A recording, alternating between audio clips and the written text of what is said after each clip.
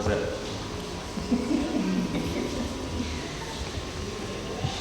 So, where were you born? New York City. New York City. Wow, you were born and raised in New York City? Yeah. There's a hospital on 18th Street right here, and my mother said I was born there. That's what she said. Yeah. She said she bore me there. Do you have any, do you have a big family? Or? Well, we had a big family in terms of all the aunts and uncles, but they all died. Really? Brothers and sisters? I have a sister. She's an artist, and now she's a writer. And she just says I've heard that she got a book published. Ooh. She had one book published before, now she was second. Wow. And, what were you doing? It was pretty tough on 16th Street. Yeah. But somehow I got to go to George Washington High School, which right now is not a good school.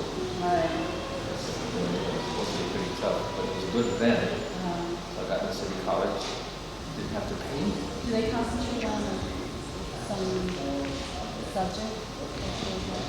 No, George Washington General High School. General high school? Yeah. Nice on a hill looking down into the rivers. It was a beautiful spot. Yeah. We can go and do our track work up there in Van Cortlandt Park. Wow. So that was a big change when going to junior high school in Harlem, and then. Yes, it was a big change. I was supposed to go to Benjamin Franklin High School. And I told my father, nothing doing. I'm not going to school with these kids anymore. And I said at the end of it. Oh. And they had clashes. They had, Italians and blacks fighting each other for a while. And I was up there in George Washington, away from it all. When was this? Oh, you think I'm going to tell you that I did this way back in the 40s so that you would know how old I am? Oh, no. So how was, so what did you end up studying? Well, I started saying I'm going to be a dentist because they said you got to be a dentist, a doctor, or a lawyer. Oh, they still say that. They still say that. So now I'm a photographer, and I went to NYU for motion picture. Motion picture? Motion picture. I've been a motion picture cameraman for a long time too.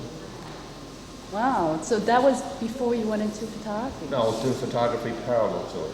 Oh, why motion picture and photography? Because it's part and parcel. It's very similar. There's overlaps, and Right. if I shoot as a photojournalist, a series of pictures with a beginning and an end, considering a big shot, a close-up story, that's like motion picture, isn't it? Yeah. So It's like taking small segments. it was a very natural thing for me to do. Yeah. So when did your initial interest in photography start? I was 14 years old. What happened when you were 14? I just kept looking at popular photography and said to myself, what I'd like to do is shoot pictures, have a business, travel, and run after girls. That's how we all get started. Yes. So when was your decision made as far as wanting to make a living? I just generally I kept moving. After I decided that I'm not going to be a dentist, I just kept moving on and shooting portraits, shooting all kinds of things that are related to photography. So how did your parents feel about you not wanting to be a My mother thought they didn't care. They didn't care? They cared, but they were happy that I seemed to be happy. That you really wanted to do something with photography? Yeah. So what kind of work did you get? I got magazine work, shooting picture stories and photojournalistic types of things for small magazines. I did a few. Well, I did something for Esquire called the $50 fighter. $50 fighter? The $50 a day fighter. What's that? Well, not a day, a fight. He said, fills in. That was those days. He get more than that now. And I showed him training. I showed him. No, I don't remember the first assignment. My first assignment may have been a one-handed photographer, a one-handed boxer. That's the days that they had a place called the St. Nicholas Arena. Somewhere in the 60s or 70s was a boxing place there. Was this a popular sports event? Boxing? Yeah. Yeah? Wow. More then than now, I think. So there were a lot of photography assignments relating to boxing? No, I just did something for small. If I did something for a small magazine, it was a matter of shooting pretty girls, and then I'd shoot some boxing, and I'd shoot something else that was interesting for them.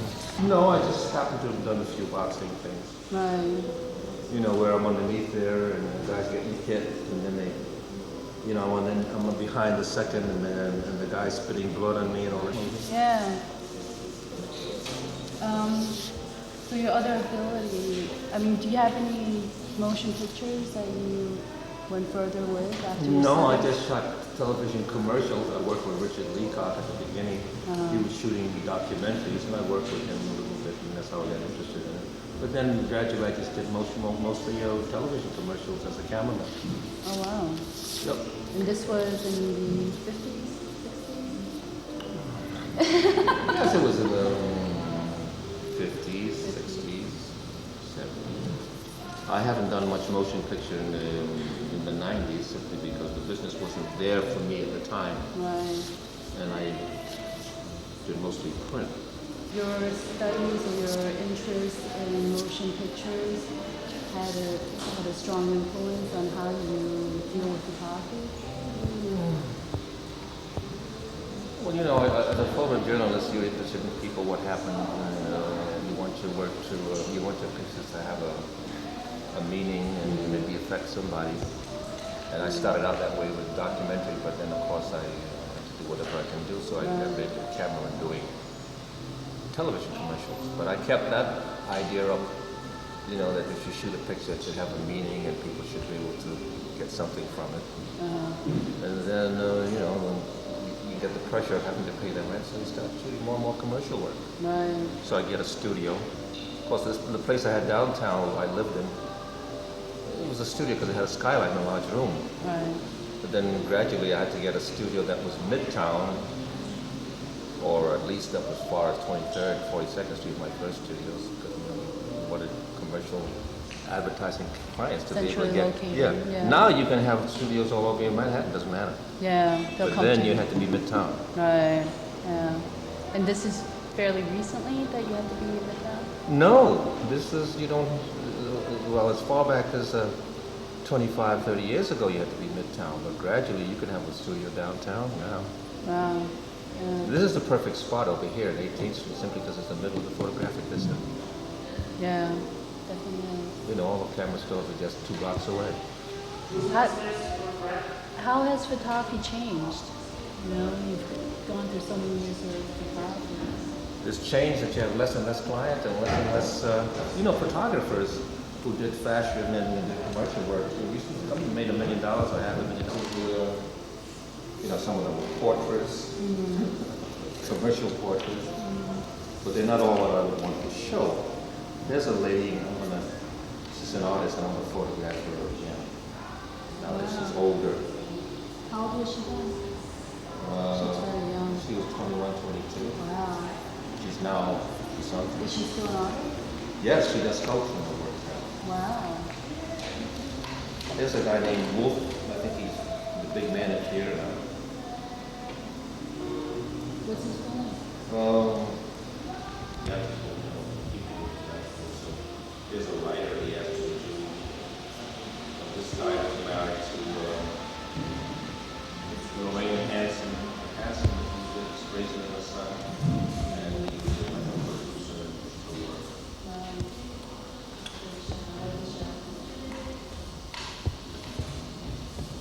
So all this is just portrait.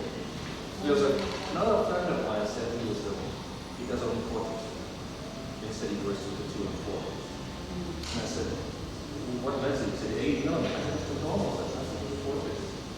His idea, he doesn't just shoot the face. He shoots the face plus the environment. So I said, aha. And he's a director. But you've seen this guy, Amos, around. Oh yeah. And of course, commercial jobs. You know, the quartet, the dance group. There's my daughter in there. She's there. Wow. Yeah, she's not bad looking girl. My daughter, right? Then another group that's been moving around a lot is the people who do rock, the black kids who do rock. Yeah. So these are black rock. Yeah, that's popular. So that's going on, right? See, I do dance. This is the stuff I used to do when I was a younger photographer. I used to just do this for a living, photograph dancers. In whatever way. Here's Black Rock. He has a blonde doll which he runs around abusing on the stage. In some way or the other that's acceptable for his audience.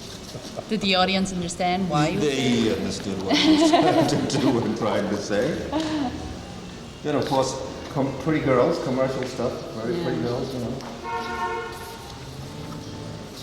Now here's a family that I'm photographing. Oh. This family, here they are. I've been photographing that family for 40 years. Why? It's like, filming a whole family, First, you find out, this is Richard Leacock. And that's his wife, who's an anthropologist. They dress down, as you can see. They look like workers, but they're not workers. Very simple, yeah. They are, now her, I got pictures like that, maybe when she's younger, having her hair done. Then you see the guy teaching his kid. Airplane. I got a picture of that kid with a beard building a house. Wow. Those are nice photographs. And these people, I've been doing that for 40 years. Wow. Here's the old grandfather, just before he died. There was a 90th birthday for him. Wow. He's a union man, and he replaced my buddy and married her. Dramatic. Chesney. Here's the great-great-grandmother, the granddaughter, that's my buddy's wife. The kids, there are 5 generations in this one shot. How'd you get involved with the family? Because Ricky Leacock was a motion picture cameraman, and he pulled me into camera work. There's it. See, now I have the cake as a symbol in many of the shots. Either her father is cutting her cake, or she's helping her daughter cut a cake, and daughter looks just like him, just like her. Or the grandfather in his 90th birthday. I shoot them a lot in their country home because it's easy to shoot it out. Hey, see, there's the kid now. Here's the kid that was with the building. Oh my God. Here he is now building a house. The father teaching him how to do something? Well, the father, if you're going to be a family, you give something to the kids take it and do something with it. If you teach them, if you're warm to them, if you make them wash the dishes, they tend to keep that kind of character up. If you ignore the kids and you don't talk to them and don't discipline them, that's the way they grow up. Grow up to birdies or something like that. Becoming part of the family. Yeah, because I kept visiting them every summer and shooting these pictures in their home. Need a photo album. And I'm going to do an exhibition of this. See if I can get a grant for some. Here's a kid. He's a cameraman, and his brother shot him with a bow and arrow, and he was to kill his little brother, but here's where he shot him with a bow and arrow. Oh. Zapped him. But that's the same kid who was building the house. Then that's just that aspect of things. Here they are. 5 years ago, they're now adults. They have their own kids.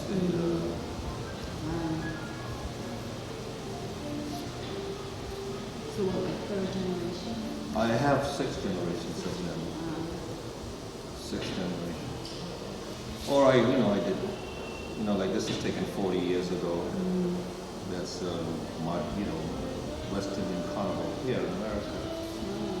Or this is about This is the picture I did it like this finally. This is about drunkenness. Yes. Great, interesting. Here's one I'm very happy when I'm out there shooting some forest place in Spain. One time I did watching Barena. He was a friend of mine and took him back to Spain to do something like that. Or no, something more than drive.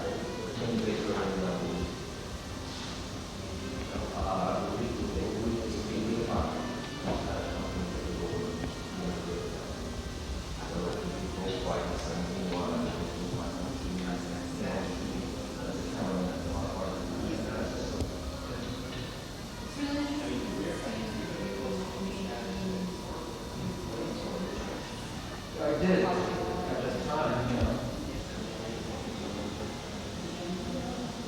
Well, I like this lot of text in the church. Yeah. All that stuff.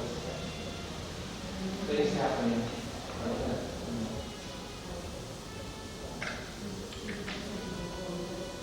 You know, see, this is all along with that, you know, the young ladies who are, you know, she's a butcher.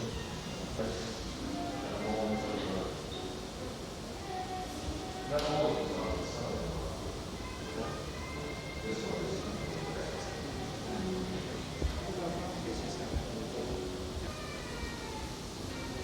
I like this one. That's the one I like the most. That was done at Western Union. And she slept in a small kind of a. Damn bustiers. Yeah, this is quite some time ago. And even then it was old-fashioned for what she was wearing. Right. But you know, they're a little bit more old-fashioned as they go Yeah. along. I think they've changed by this point. You see that, you know, like this is a very young girl. And I think she had a boyfriend who was trying to kill her, as she said. So she came and stayed here. But there was another girl who was with her. And you can see the stuff spilling out of her suitcase. This is what she actually bought. Where was this? Right here. She just stayed in the office there a couple of times. There's another one.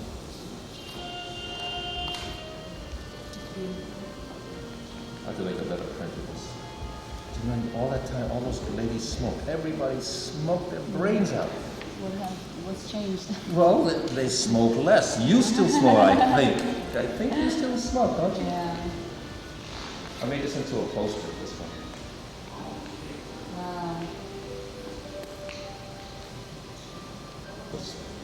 Wow.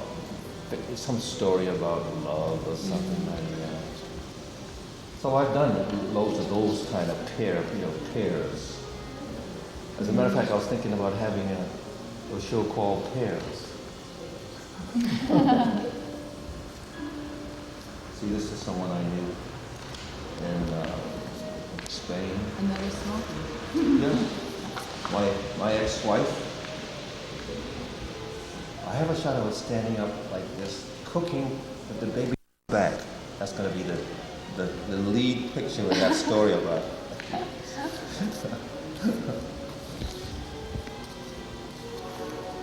Anyway, you know, and you know that can only be from one era. 1970. The wild period. Yes. So, was there any photographer who had a major influence? Well, I know there's one guy I admire a lot, and I said, boy, would I like to be Hugh Irving Penn Bell. Give him a pudding to shoot, perfect. Give him a landscape, it looks.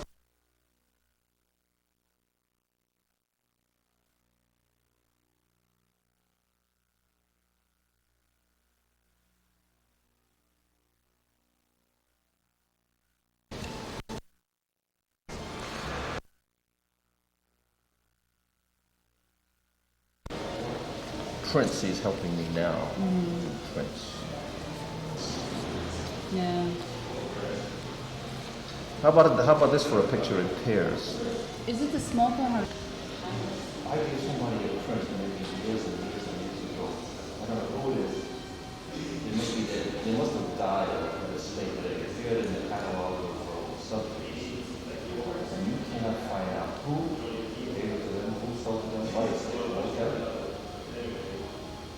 sold it for a couple $1,000. Huh? Okay, you know, they knew exactly when I did it. That's what puzzled me. When I did it, what date, under what circumstances. I thought, who sold that picture? I can't figure out. What happens when you Perhaps you can see it a little bit more in this picture.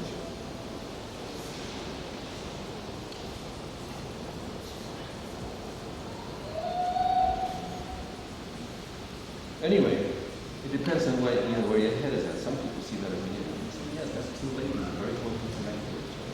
Well, you know what? As a woman, I feel As a hetero woman. as a hetero woman, well, it's an open sexuality. But I mean, it just I feel like you captured an intimate moment. I see. And it doesn't say too much about the sexuality because it's just very Well, I try to be, I don't want to always be blatant. I don't want, you know, two ladies always kissing, you know. open naked. They can be just close to each other. Very intimate, yeah. Yeah.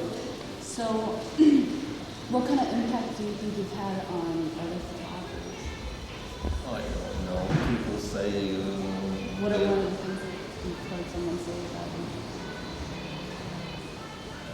people just said, I've had people look at photographs and said, here's where I'm very happy. There's a poet.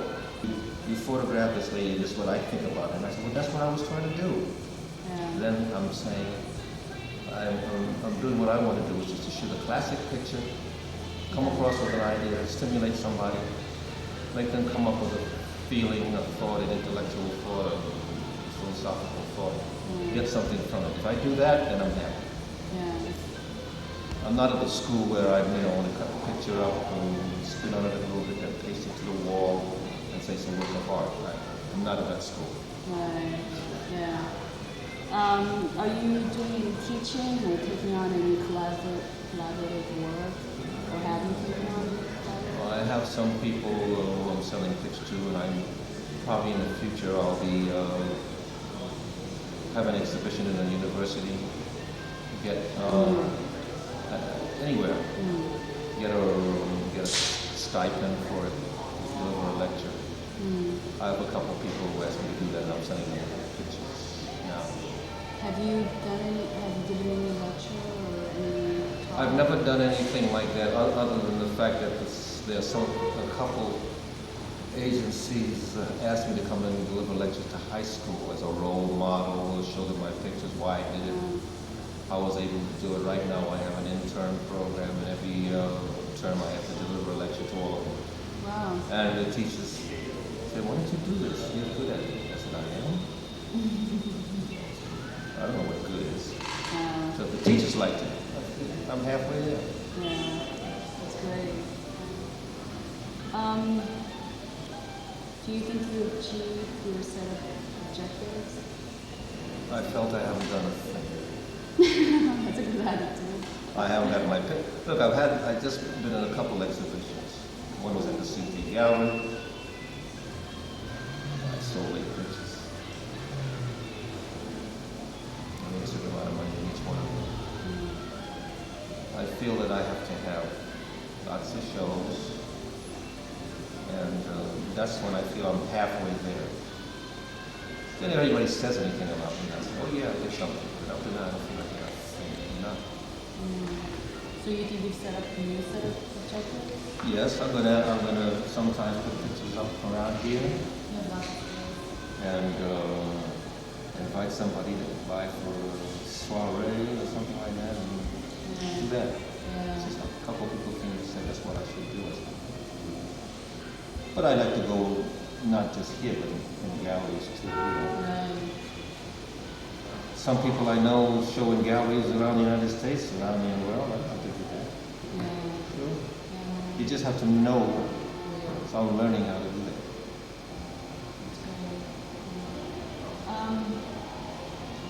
What was your perspective of photography in the past? My perspective? I mean, what was I thinking about, or what was my attitude towards it?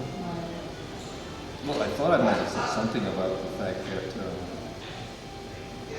I was hoping that any photograph I took, or Set of photographs would give somebody a feeling, an idea, and stimulate them. Not only stimulate thoughts, maybe stimulate them to do something. Have an influence. Yeah, what does make them think? I mean, I felt very great when somebody says, "Oh, you have pictures of ladies, let's see them." And then you say, "Oh, you like them," which is nice.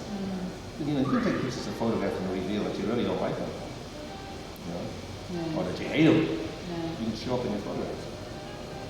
But you have to like them and respect them, whatever they do, no matter how you photograph. So, what is your perspective of photography? Today, Has it changed? hasn't changed. The only thing that I have to do, of course, is to make sure that I photograph things that I pay the rent. This month, next month. Con Edison, telephone. My daughter going to college. All that. You know? That's part of my perspective. That's what keeps the wheel going. Yeah.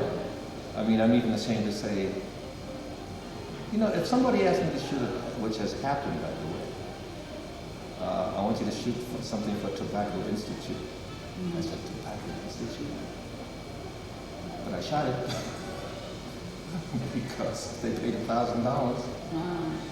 I mean, I didn't have a child smoking or anything like that. I just photographed some of their products. I mean, I'm not the type to say I won't do that. Still have to live.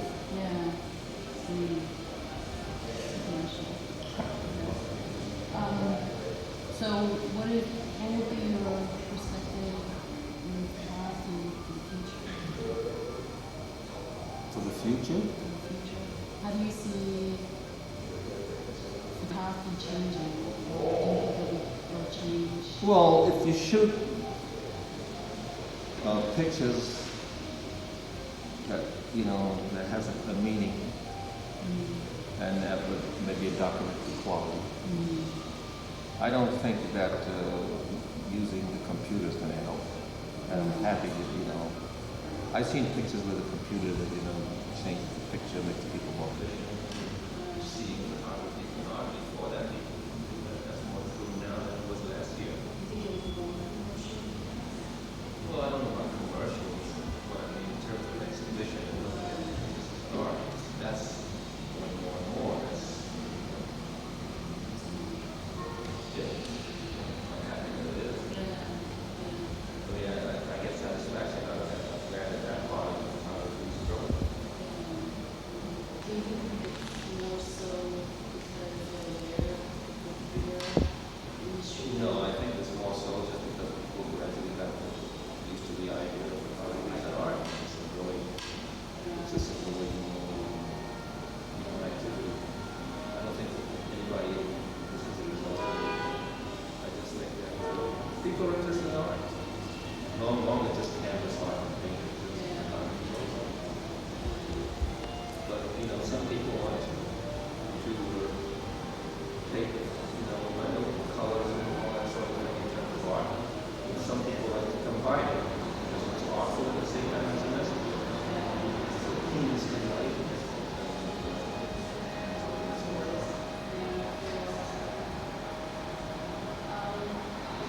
So what is how is your finance? I don't know, I like to see things in the classic manner. I think that's the key word for it.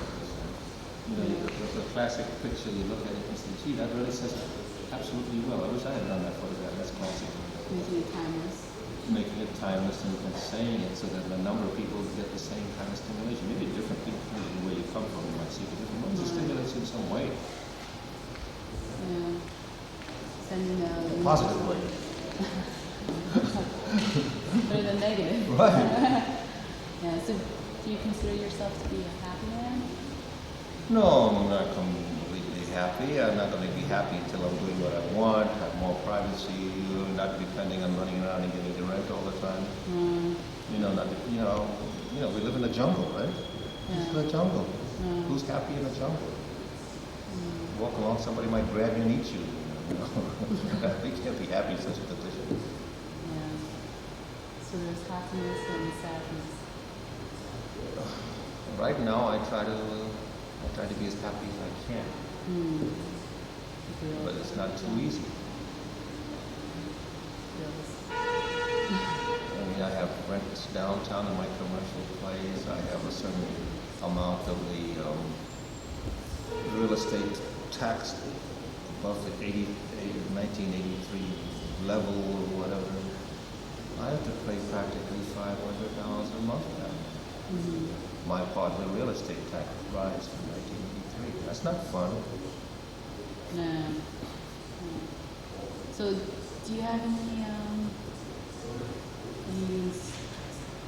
story that deals with photography that, I don't know, that made you change your views or how you saw life or photography? Not every story, but I can give you an instance when I was happy I was a photographer. Okay. We're sitting down in a Highlight restaurant. Ricky Leadock and a number of people were saying, he's saying, you know, we might, those two bullfighters, Ordonez and Dominguez, are giving each other such hell, and fighting each other in such competition, that one of them is going to be injured sooner or later. There's a story there. This is Thursday night, we were sitting down there talking about it. Tuesday night, we were in Spain, along with one of my buddies who was Spanish to help us move around. And in the next 2 weeks, we were shooting pictures in a strange, exotic place, eating fantastic food, following bullfighters around. I was shooting pictures. And when, after doing something like that, I said, this is what I'm glad I'm doing this. And I went. It didn't cost me any money to get to Spain. Yeah. I got a picture story to give to Esquire as a result. I got pictures of Hemingway, traveled around with him, it helped. Yeah. Make me glad I was a photographer. That's So why I wanted to be a photographer. I can be involved in situations like that. So you felt like you made a success? I made a success when that happened is an instant in my life, but as a success as a photographer who's really doing what I want to do, efficiently doing it, feeling very artistic and very satisfied with myself, no. No, you're Not still trying. yet. I'm still trying. You know when I'll stop trying? When I'm lying down there like this. I think he stopped trying. I think he's resting. I think he's resting for the next work. He's resting in peace. Right. No, probably not in pieces. He doesn't look like he's really satisfied. He wants to come back again. Try again. Try again. Yeah. That's about it, I guess. You mean you really finished with me? Unless you have another story. No, you'd like not to really. share. I don't know. I'm not saying. I mean, I'm trying to, to express myself, but I'm not always comfortable just talking about myself. I'm not yet comfortable with that. But it's so nice to share your life with somebody. Yeah, well, I don't know. When I really become famous, I might write a book. Really? I think everyone should write a book. Oh, well, I have a photographic book. And with a few comments about how I tried. So, yeah. That's the patriarch. He's a literary critic. He died a couple of years ago at 96. That's when he was 90. And this is, every time I photograph, they're always doing, I say, taking care of her, This is a shot, really, this is the great, after I began shooting them, the second time I caught her, she's the great-great-grandmother. This is the grandmother. This is the mother. And these are her children. So right? much in one picture. So much in one picture. Here's the mother a little later. She was an anthropologist and she caught some kind of a disease in the eyes. Working in Africa, and she eventually died of that kind of thing. She was in the South Seas and caught something else. When you're an anthropologist, you're really an adventurer.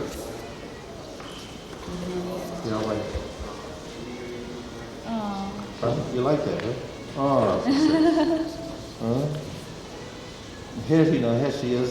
There's still one in the oven in her belly. Always. There's a mother taking care of those kids. I always have them doing something. Teaching little fingers to play. Huh? Yeah. Most of the stuff is about food, taking care of them, working with your brother. You know why I like my studio downtown? Because I could play around and position them around and get this kind of light coming down using reflectors and that sort of thing. How's this for a shot in Paris? International debonair guy or something like that. I wish I could sell that.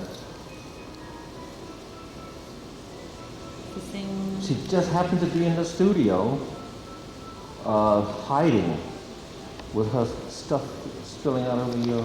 God, she looks like she's a woman, but that suitcase makes her look like... Thank you, that's all I was trying to say about her. Yeah. She's a baby. Yeah. You know, she's a baby type of girl. In my studio downtown, this is like the light that comes in from the skylight right down on it.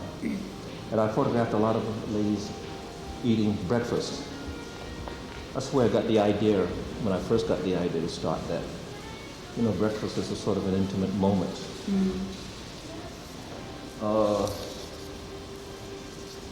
Ladies. But I'm going to pick out the best shots and even see the skylights way back there. It just comes in and gives a faint light over here. It's like sheer pleasure. Even this light is a skylight light.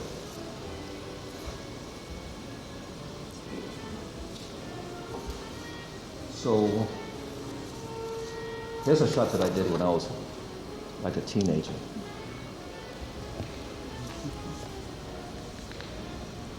I shot it with some strange German camera.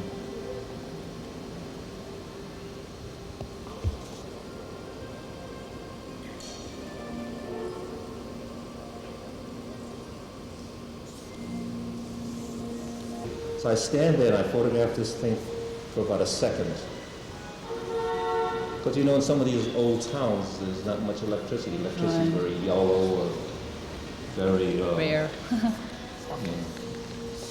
Oh, that's beautiful. I need to make... No, I'm trying to make a great print, but it's tough, very tough, because it's blasting out here, and it's dark in here, and I have to keep working. Maybe I have to work for a week before I get a print.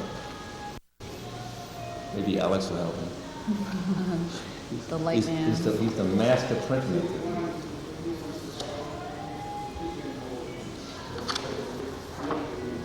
This brilliant girl, everybody thought that she's at least 24, 25 years old. How smart she is. She was just 16 years old.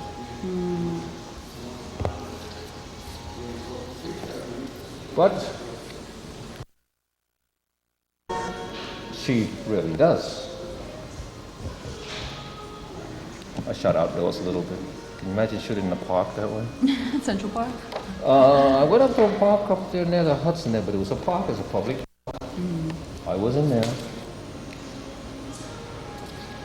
Do you prefer taking nude photos? No, I just take it if it works. Indoors or out? When you take a look at this girl with all her clothes on, I thought that was just as bona fide as anything,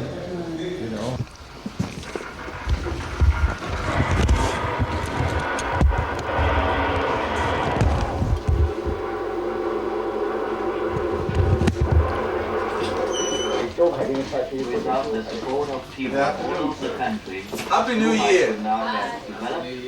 You still smoking? The last time I was here, you were smoking. I didn't make any promises, though. Huh? I didn't make any promises.